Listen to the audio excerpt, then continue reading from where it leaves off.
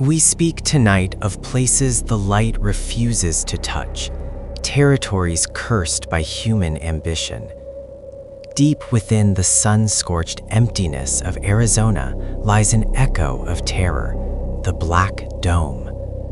Not a geological feature, but a scar of concrete and steel, erected in profound secrecy during the height of the Cold War. It stands as a monument to experiments that should never have been conceived, a crucible where reality was stretched thin and sanity withered away. This structure was designed to contain, but what it truly accomplished was the unleashing of something far older and more malignant than any earthly military threat.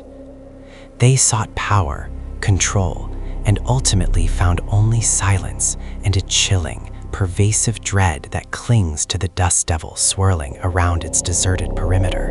The genesis of the Black Dome project, codenamed Ethelred, remains shrouded in layers of compartmentalized paranoia. Funded by black budget allocations and overseen by shadowy departments operating outside presidential oversight, its origins point to post-World War II obsession with metaphysical weaponization. Rumors suggest the initial impetus wasn't to study particle physics, but to explore dimensions, to force open gateways using focused electromagnetic pulses and contained psychic energy. They theorized that certain geological anomalies in the area, deep beneath the bedrock, provided a natural amplifier. This wasn't merely a research facility, it was a desperate, high-stakes gamble to harness cosmic horror for terrestrial dominion, ensuring that only those with terminal clearances knew the full, terrifying scope of what was being built. The structure itself defied traditional architecture. It was a massive, seamless hemisphere, a perfect dome, fabricated from specialized ferroconcrete, interwoven with exotic, non-conductive materials. The true purpose of the dome's curvature was to uniformly distribute and contain colossal amounts of energy, effectively shielding the world from whatever was being generated inside, or perhaps shielding the contents from the outside world's scrutiny. The sheer size suggested they were not testing small samples, but attempting to manipulate forces on a geological scale. It was a fortress built not against invasion, but against leakage. Imagine the resources, the technology, the sheer audacity required to construct a silent, non-reflective black monolith in the middle of nowhere, solely dedicated to defying the known laws of existence. The personnel assigned to Ethelred were selected for their silence, their specialized knowledge, and perhaps most disturbingly, their disposability. They arrived by unmarked aircraft, their identities scrubbed clean. Inside the compound, communication was sparse and strictly regulated, fostering an atmosphere of profound psychological isolation.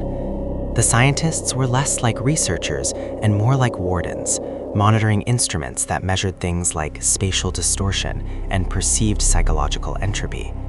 The security perimeter was manned not by standard military, but by private contractors known only for their ruthlessness and their absolute lack of curiosity. If you saw the men guarding the Black Dome, you knew instantly they were there to ensure silence, regardless of the cost in blood or memory.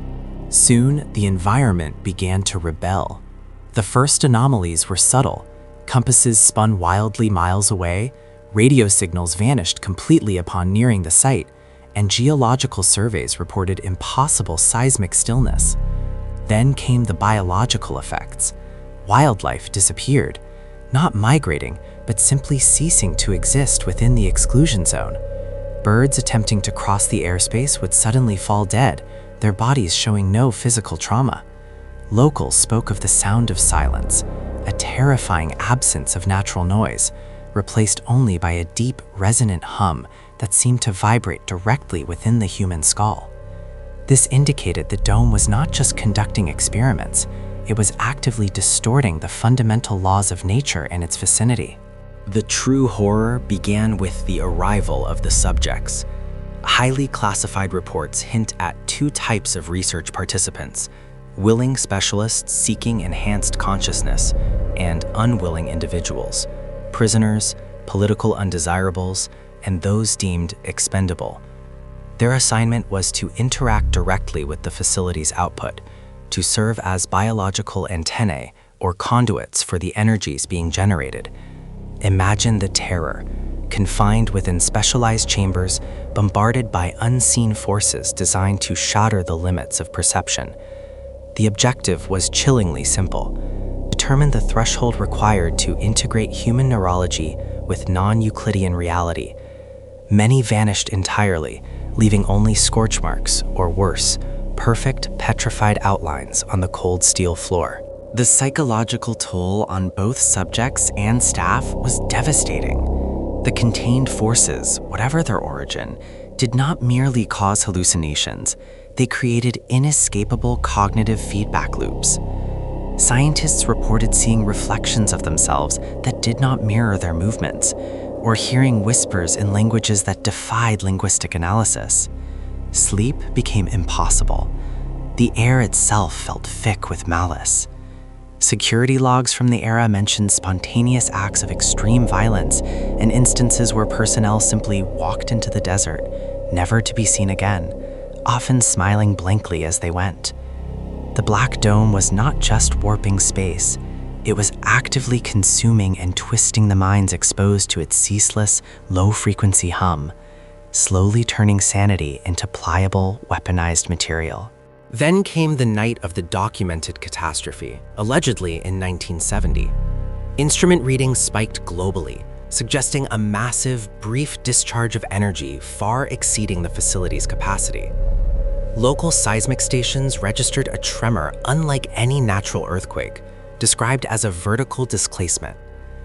Eyewitnesses miles away claimed the dome momentarily vanished, replaced by a blinding, silent blue light that extended impossibly high into the night sky. A brief, horrifying glimpse into a void. Whatever they were attempting to channel or control, it broke free, if only for a few cataclysmic seconds. The resulting internal feedback reportedly pulverized critical containment systems, leaving the interior saturated with a residual, unknowable energy that forever poisoned the site. The response was immediate, ruthless, and absolute. Within hours of the incident, special recovery teams arrived, not to rescue anyone, but to meticulously incinerate evidence and silence the perimeter. The project was officially marked as decommissioned due to structural instability, a lie whispered over the remains of men and machines. All surviving documentation was classified Level Omega. The facility was essentially bricked up, its entry point sealed with thick steel and concrete, then deliberately contaminated with toxic materials to discourage future exploration. The goal was to erase the facility from memory, leaving behind only a silent, poisoned tomb in the vast emptiness of Arizona, a terrifying testament to a scientific endeavor that violently failed to master the impossible. To this day, the area surrounding the Black Dome remains dangerously quiet. Locals who grew up hearing the whispers still avoid the coordinates, speaking of phantom shapes moving in the peripheral vision and sudden, inexplicable bouts of terror when sunlight hits the dark concrete just right. They report hearing the echoes of the dome's power, the sound of distant, echoing screams that abruptly cut off, or the faint metallic scent of ozone clinging to the desert air after sunset. The legacy of Ethelred is not found in official archives, but in the enduring, pervasive feeling that the desert around the dome is perpetually watching, perpetually waiting, still holding its breath for the next catastrophic surge of contained, unnatural power. Despite the overwhelming danger and the official warnings, the inherent secrecy has drawn a new generation of investigators, urban explorers, journalists seeking the truth, and desperate conspiracy theorists. None have truly succeeded in penetrating the sealed core and retrieving definitive proof. Those who linger too long often return fundamentally changed, suffering from severe psychological trauma, unshakable paranoia, or acute neurological damage attributed to unknown field effects. The Black Dome teaches a final, terrifying lesson. Some knowledge is poisonous, and some places remain eternally guarded by the terrible residue of what was done there. If the dome was a cage, it is still active, still humming, and still trapping the unwary souls who dare to breach its silent command. The Black Dome stands as a chilling monument to humanity's dangerous arrogance, a silent black eye staring out into the Arizona sky. We may never know the full extent of the experiments conducted within its confines, but the oppressive atmosphere of the site ensures that the fear remains palpable. The darkness is not gone, it is simply locked away, waiting for the structural integrity to finally fail. As you consider the horrors contained within that desert ruin, ask yourself, what forces are still active there, decades after the project was abandoned? Don't forget to like and subscribe for more updates on locations that defy history and threaten the very fabric of our reality. The truth remains buried, but the sound of the silent hum endures.